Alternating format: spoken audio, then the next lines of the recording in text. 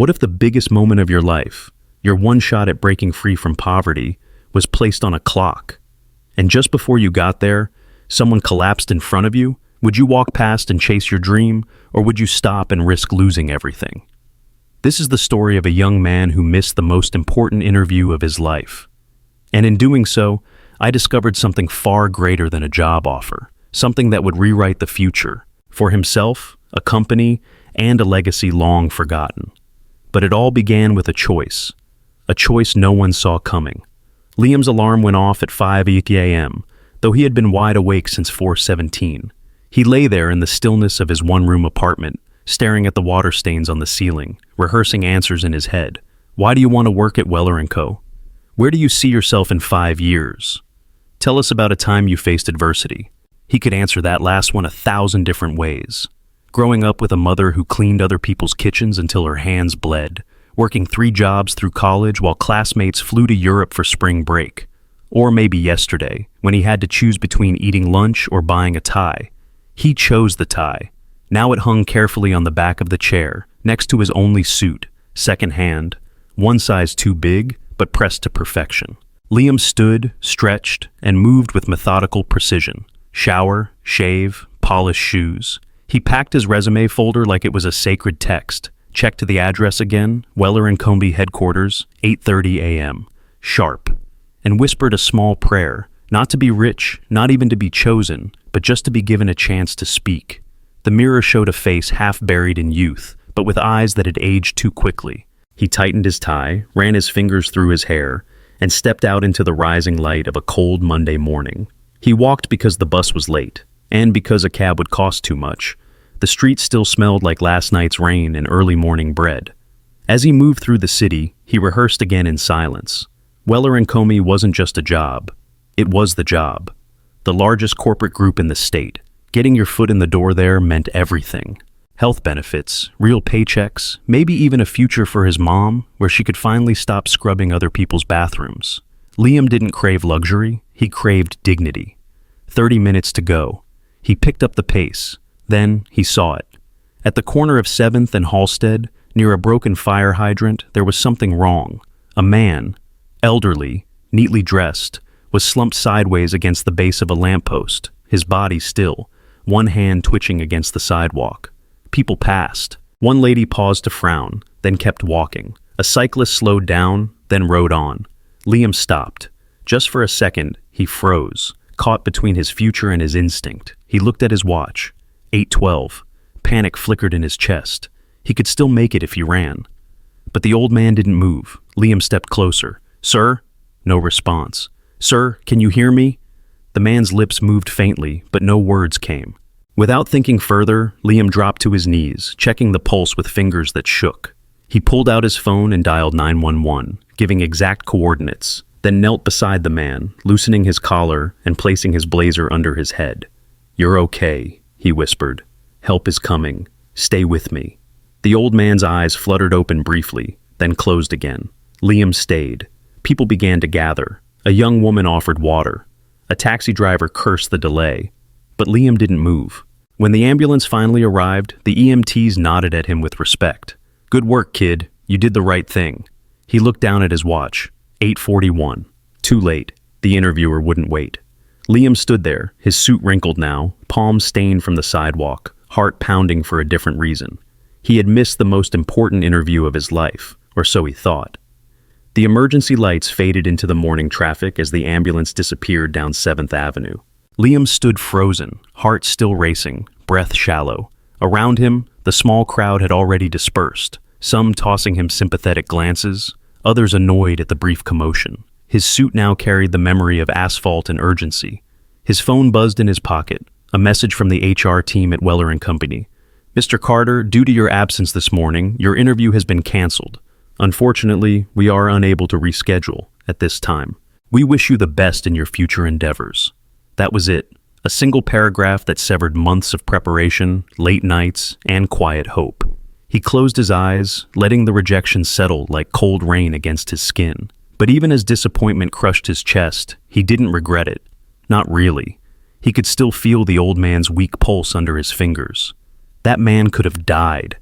And what good was ambition if it meant walking past someone's final breath? Still, it hurt, more than he expected. Liam found a park bench nearby and sat down heavily. He replayed the moment over and over. The pause, the indecision, the choice. Maybe if he had acted faster, maybe if he had called and explained. But no one hires the guy who shows up late, even with a good heart. The world didn't work that way. He loosened his tie, leaned back, and stared up at the cloudless sky. The city hummed around him, indifferent. Somewhere, people were signing million-dollar contracts, attending board meetings, sipping overpriced coffee from buildings he couldn't even walk into. And here he was, 24, broke, tired, and now unemployed before even being employed. Back at the hospital, the old man opened his eyes slowly, wincing at the white ceiling and the harsh smell of antiseptic. A nurse came over, smiling gently. "You're lucky," she said softly. "Someone found you and stayed until the ambulance arrived. Most people would have walked right by." The man blinked. "Did he say his name?" She shook her head. "No, but he was young, maybe mid-20s, nice suit, brown hair, very calm, said he had to go before we could ask more." The old man frowned slightly. "I want to thank him." Across town, Liam dragged himself home. The apartment felt even smaller than usual. He collapsed onto the couch, took off his shoes, and stared at the ceiling again. His mother texted, asking how the interview went. He didn't reply. What was there to say? He spent the rest of the day applying for smaller jobs, local cafes, delivery services, anything that paid enough to keep the lights on. But none of them felt like more than survival. None of them felt like a purpose. That night, while eating ramen and watching his screen freeze on the Wi-Fi he couldn't afford, Liam saw a news update flash across a nearby TV at the laundromat downstairs. Breaking: Arthur Weller, father of Weller & Co. CEO Ethan Weller, hospitalized after collapsing on 7th Avenue this morning. Sources say he is stable and recovering. Liam blinked. Arthur Weller? His heart skipped. That was the man he'd helped? He stared at the screen, realization flooding in like a rising tide. That wasn't just any old man. That was the father of the CEO. The man whose company he had missed the interview for. But he didn't smile. He didn't rush to call anyone, because he knew people like that lived in a world he couldn't reach, and chances like the one he'd lost didn't come back, or so he believed. The next morning, Liam woke up to the same cracked ceiling, the same hum of the fridge that rattled every 10 minutes, and the same heaviness in his chest. He sat on the edge of the bed, elbows on knees, head in hands. He had sent out 5 resumes the night before, no replies. The job at the grocery store said they'd call back if needed. The delivery app rejected his application due to a lack of vehicle ownership. The job market didn't care about intentions, only punctuality. And Liam, despite his heart, had failed that test. Meanwhile, at the Weller & Co. Executive Tower, Ethan Weller sat in his corner office, surrounded by polished glass and silence. His father was recovering well, but the incident had shaken him. Arthur was a man who never showed weakness.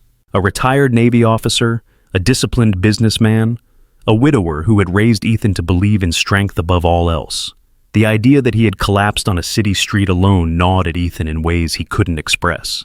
He tapped his desk, staring at the paused CCTV footage that the company's security team had acquired from a street camera. A young man, mid-20s, in a wrinkled suit, kneeling beside Arthur, calling for help, staying until the medics arrived. No hesitation, no fanfare, just humanity.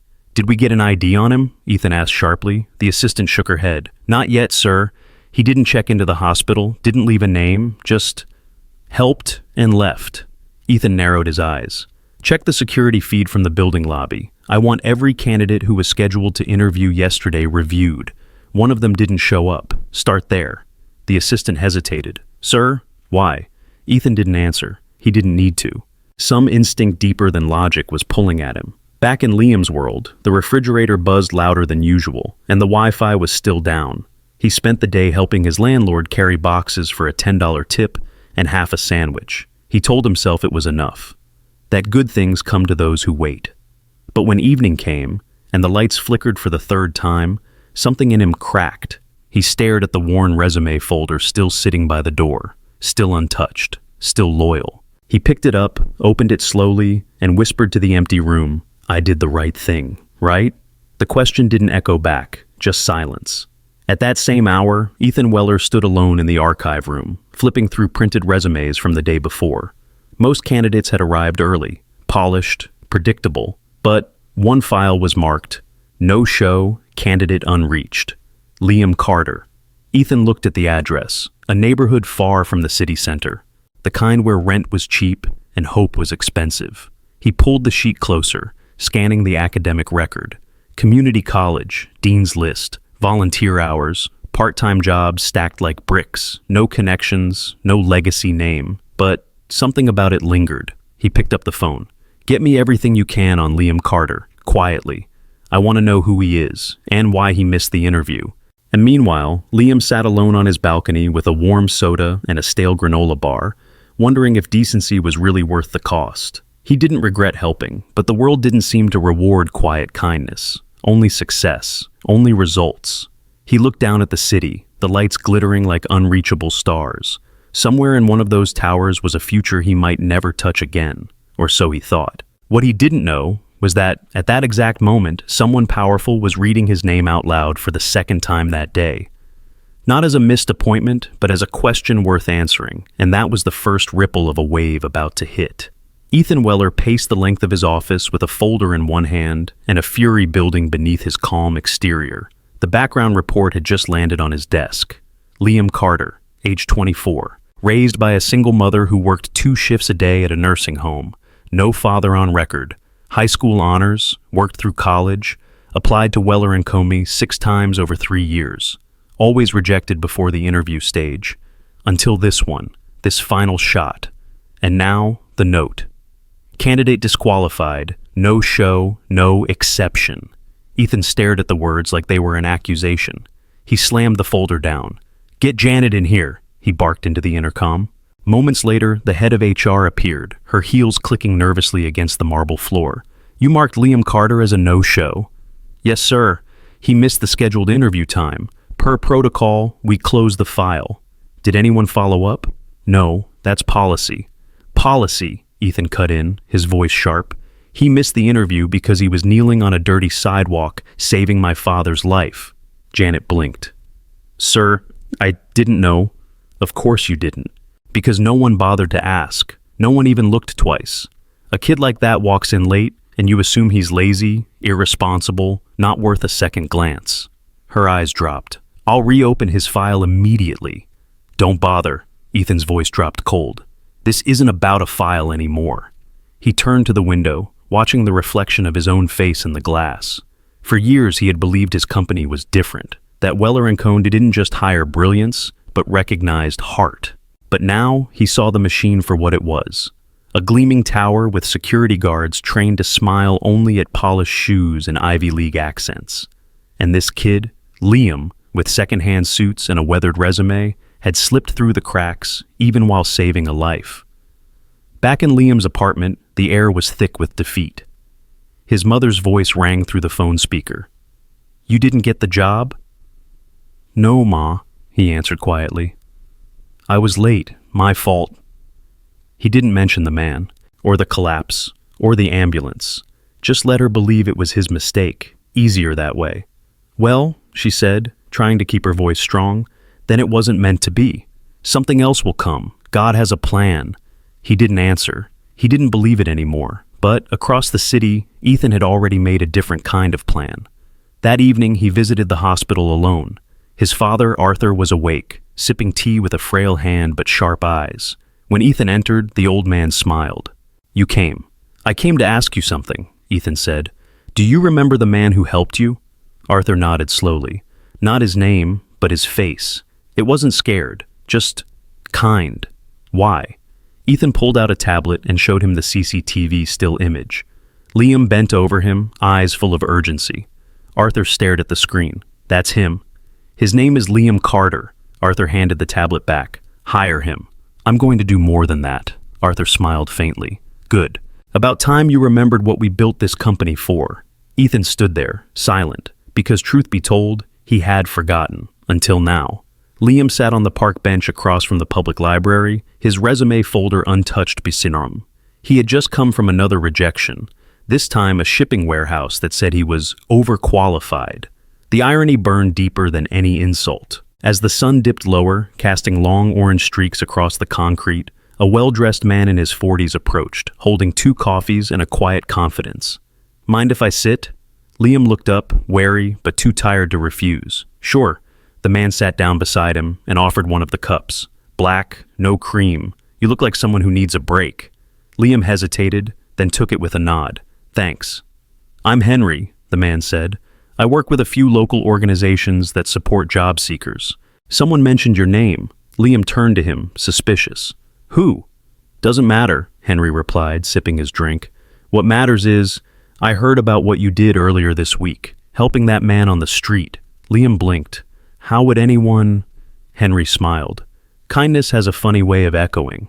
Anyway, I have a small consulting project, pays modestly, temporary, but it could help." Liam frowned. "Consulting? I'm not—" "You are," Henry said firmly. "You've worked in logistics, scheduling, problem solving. You don't need a title to be capable."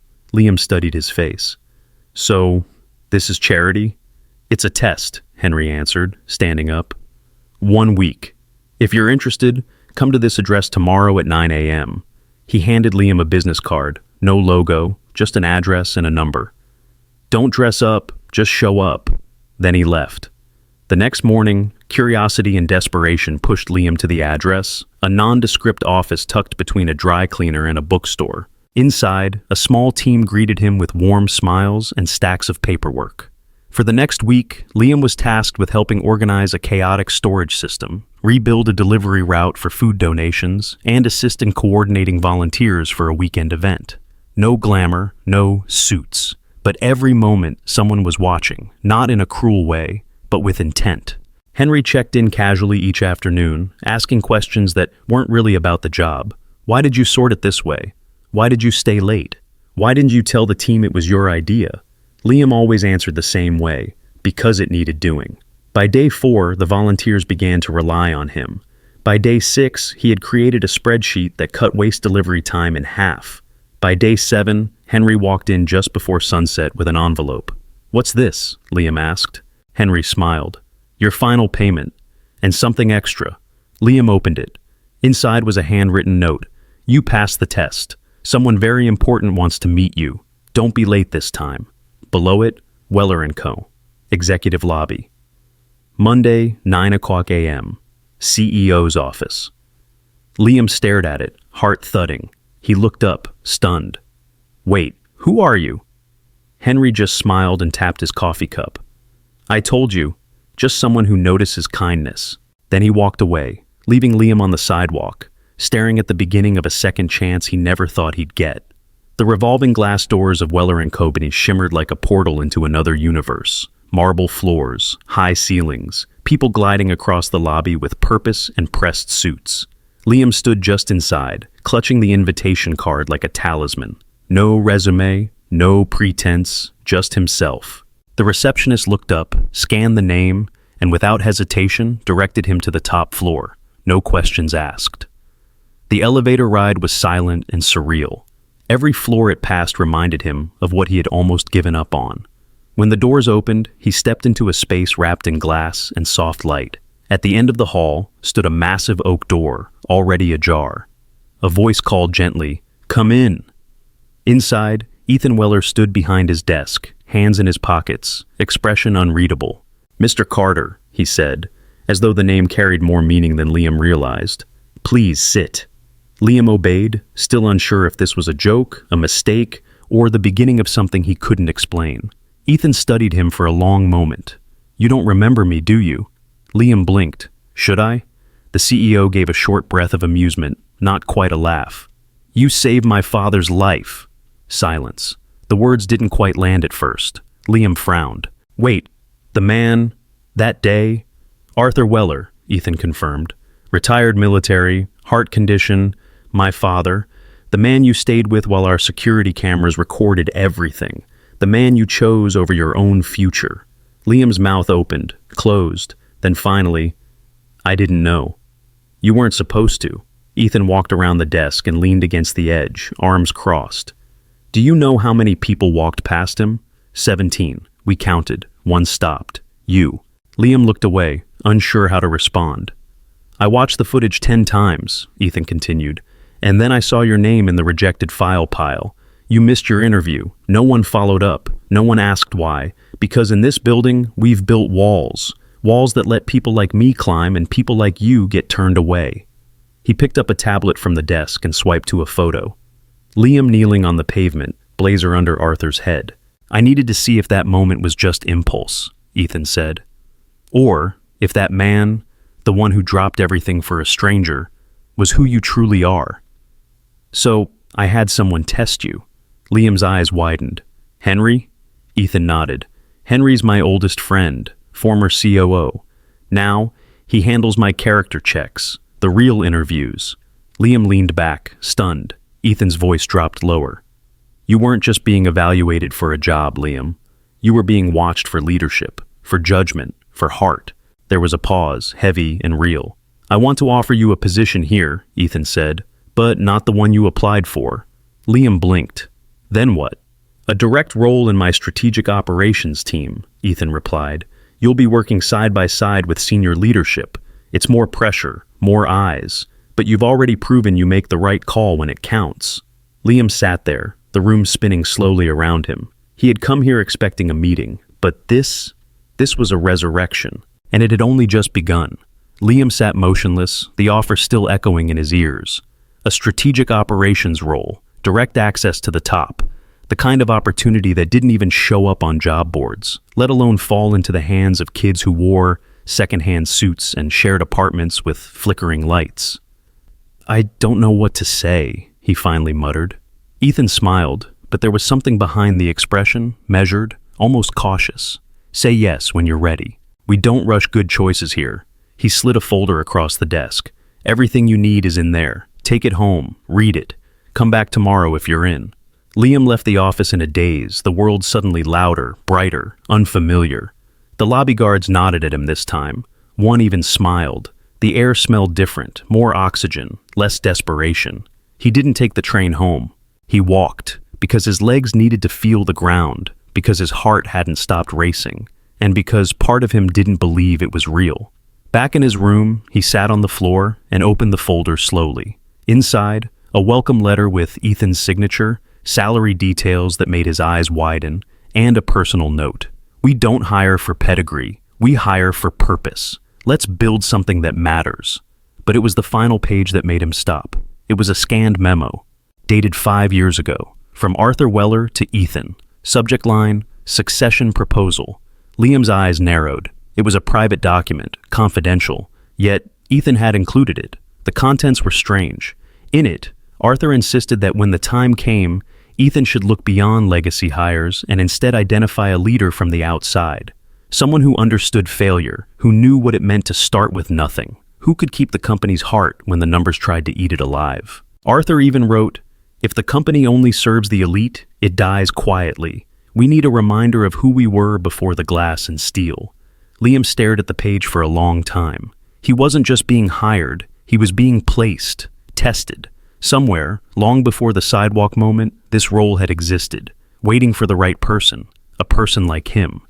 The next morning, Liam returned, not with answers, but with readiness. Ethan greeted him not at his desk, but in a private lounge behind the executive floor. It was smaller, warmer. The walls weren't covered in modern art, but framed photographs, black and white shots of Weller's early factories, workers with grease on their faces and fire in their eyes. Ethan handed Liam a cup of coffee and gestured for him to sit. I showed you that memo for a reason, he said. My father believed that the heart is the rarest kind of intelligence. I fought him on it for years. I thought systems were stronger than stories. But then, you happened. Liam frowned slightly. You don't think I'm a charity case, do you? Ethan met his gaze directly. No, I think you're the most qualified person we've never trained. But this isn't just a job, Liam. It's a path, and it leads somewhere very few people ever get to see. Liam tilted his head. Where does it lead? Ethan took a breath, then smiled. Not today, but soon.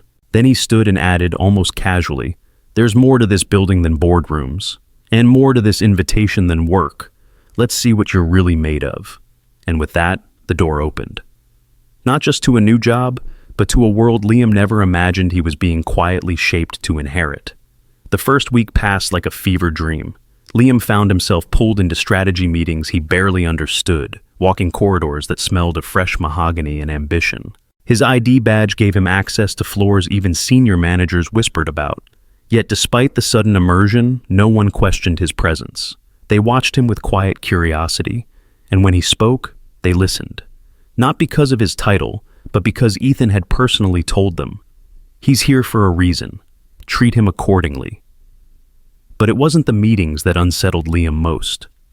It was the hallway behind the 38th floor, a restricted corridor lined with black glass windows and no labels. One evening, long after most employees had gone, Liam wandered down that hallway, led only by a flicker of light spilling beneath one of the doors. Inside, he found Ethan standing alone, staring at a wall of monitors. Not of security footage, but old newsreels, home videos, company events. In the center screen, a boy ran through a dusty warehouse floor, maybe 10 years old, laughing as a younger Arthur Weller chased him. Ethan didn't turn around. "That was me, before all this." Liam hesitated. "Why are you watching it?" "Because I forget," Ethan said softly. "I forget why we built this, what we lost to become who we are." He finally turned, his face unreadable. "I had a brother once." Liam blinked. "I didn't know." "Most don't," Ethan replied. "His name was Caleb, younger than me, smarter, kinder, but he hated the business world, said it would eat our souls if we let it. He used to sneak off and volunteer in shelters instead of attending investor dinners." "What happened to him?" Liam asked. Ethan's jaw tightened. "He died 10 years ago, car accident. He was on his way to donate clothes to a family he'd met in the slums." He paused. "They never even knew. We didn't tell them. Just let the charity continue anonymously." Silence filled the room. Ethan stepped closer. "You remind me of him, not in how you speak or walk or think, but in how you act when no one's watching. He would have done what you did, stop for a stranger, miss the interview, carry the weight, and still stand tall." Liam looked away, heart tight. "I didn't know this job came with ghosts." Ethan half smiled. "It comes with responsibility, which includes knowing the truth." He pulled out a folded letter from his coat pocket and handed it to Liam. "My father wrote this the day after your name came across his hospital chart. He never sent it. Maybe because he knew I needed to be the one to act." Liam opened it slowly. "If this boy ever walks into our doors, don't just hire him, trust him. He reminds me of who we were when we still walked with calloused feet." Beneath it, Arthur's signature. Liam stood in silence, the weight of it pressing against his ribs. Ethan placed a hand on his shoulder. "We've built a tower, Liam, but a tower without soul is just scaffolding. My father saw it in you. I see it too." So there in that quiet room behind black glass and old grief, Liam understood. This wasn't just about merit. It wasn't about guilt either. It was about legacy. About healing something that had been fractured when Ethan lost his brother and Arthur lost a son. It was about finding someone who wouldn't be blinded by height when asked to climb. And Liam, raised by nothing but grit and conscience, was that person. The storm began with a spreadsheet, buried deep in the operations server, marked with a name Liam didn't recognize. Hargrave Report Q4, private. He hadn't meant to find it. He was searching for vendor data when he stumbled onto the file. Curious, he clicked. What opened was a quiet bombshell. Quarterly supplier contracts, fraudulent billing figures, ghost vendors, the kind of discrepancies you didn't miss unless you were paid to look the other way. And the signature at the bottom? A name he knew too well. Stephen Miles, Chief Financial Officer. Ethan's right hand. Liam sat frozen. He read the document 3 times. The numbers didn't lie. Someone at the very top was bleeding the company. Worse, the funds were being siphoned through a charitable foundation. The same one Ethan had just begun to rebuild in memory of his brother Caleb. It wasn't just embezzlement, it was betrayal wrapped in sentiment. He printed a copy and slid it into his briefcase. The next morning, he arrived early and waited outside Ethan's office. But the door never opened. Ethan was out of state, board retreat, unreachable for 72 hours. Miles, however, was very much present, and Liam could feel it, eyes watching him closer now, security guards greeting him with robotic courtesy, a tension in the air like wires pulled too tight. At lunch, Henry found him in the cafeteria, his expression unreadable. "You saw it, didn't you?" he asked quietly. Liam stared. You knew? Henry gave a slow nod. I didn't know who, but I've suspected for a while. The foundation numbers never matched. Ethan trusted Miles too much. Old family friend, mentor after Caleb died. Liam leaned in, voice low. I need to confront him. Henry stopped him with a look. If you do that alone, you'll be out by sunset. Or worse, discredited. You don't have power here yet. You have a purpose. But that's not enough unless it's protected. Liam clenched his fists. Then what do I do? Wait? Let it rot while we play politics? No, Henry said. You document everything. You build a case. And when Ethan returns, you don't tell him. You show him. With proof no one can deny.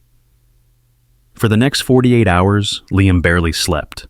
He traced contracts, interviewed department heads under the guise of standard review, copied vendor statements, and quietly assembled a report thicker than his own resume.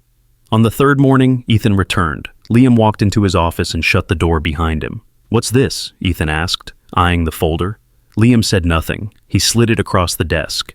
Ethan flipped it open. He read for 30 seconds, then stopped. Where did you get this? Buried in ops. Ethan looked up slowly. His face darkened, not with disbelief, but pain. You're telling me the man I've trusted for 15 years has been funneling money out of my brother's legacy? Liam nodded once. Ethan stood and walked to the window, hands behind his back. Do you know what this means? It means if we stay silent, we become part of it. Ethan turned around. And if we go public, we risk collapse. Investor trust, brand value, maybe even the company. Liam didn't blink. Some things are worth burning down to build right again.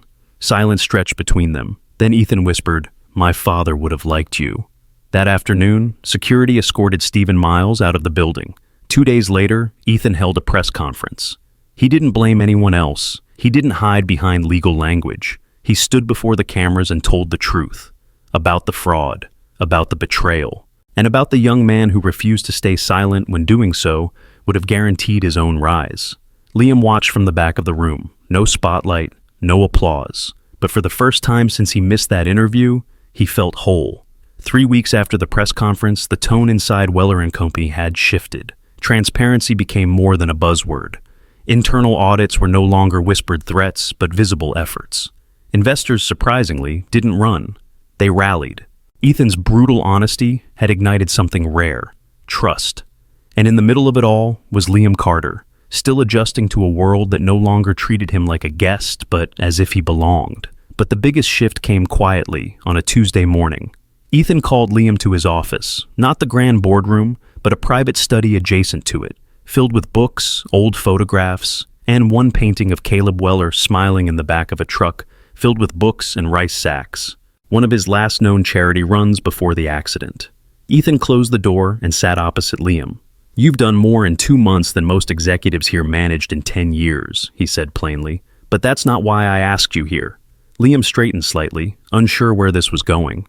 Ethan opened a drawer and pulled out a leather-bound folder, thicker than the last. He slid it across. That's not a job offer. That's a seat at the table, Liam frowned. I already have a seat. Ethan shook his head. Not like this. We're forming a new division, the Caleb Initiative. Its mission will be simple: scout, fund, and empower talent from overlooked communities. Young leaders with heart, not just pedigree. You'll run it, as director. And if you accept, you'll report directly to me. Liam stared at the folder. Director, not assistant, not a consultant. Director. Why me? Because you lived it, Ethan said. Because you could have chosen silence, comfort, or ambition. But you chose a stranger. Then you chose the truth. That kind of leadership can't be taught. Liam opened the folder. There it was. His name on the top, beneath the gold-lettered title. He didn't smile. Not yet. He closed it slowly, then looked Ethan in the eye. What if I fail? Ethan leaned back. Then we fail with integrity, and try again. Liam nodded once. Then I accept. That evening, Liam walked out of the tower. Not as someone lucky to be let in, but as someone building new doors for others to walk through. He took the long way home, past the same sidewalk where it had all begun. The lamppost still leaned slightly left. The fire hydrant still leaked. But to him, the world felt different. He reached into his coat pocket and pulled out the tie he'd worn that day, the one he had bought instead of lunch. The fabric was worn now, soft at the edges. He smiled, folded it carefully, and placed it back. A promise had been broken when he missed that interview. But now, finally, it had been rewritten. Not with applause, but with purpose. In a world that teaches us to step over the fallen to reach the finish line, Liam Carter chose to kneel beside a stranger. He didn't do it for recognition. He did it because it was right. And when the world finally noticed, it didn't hand him a paycheck. It handed him a purpose. He walked into a building chasing a job, but walked out with a mission. And for every young soul still wondering if kindness matters in a ruthless world, this story whispers, yes, it does. And sometimes it changes everything. So, tell us, what would you have done in Liam's shoes? Comment below, share this story with someone who needs it, and remember, greatness isn't always loud. Sometimes it's quiet, brave, and right on time.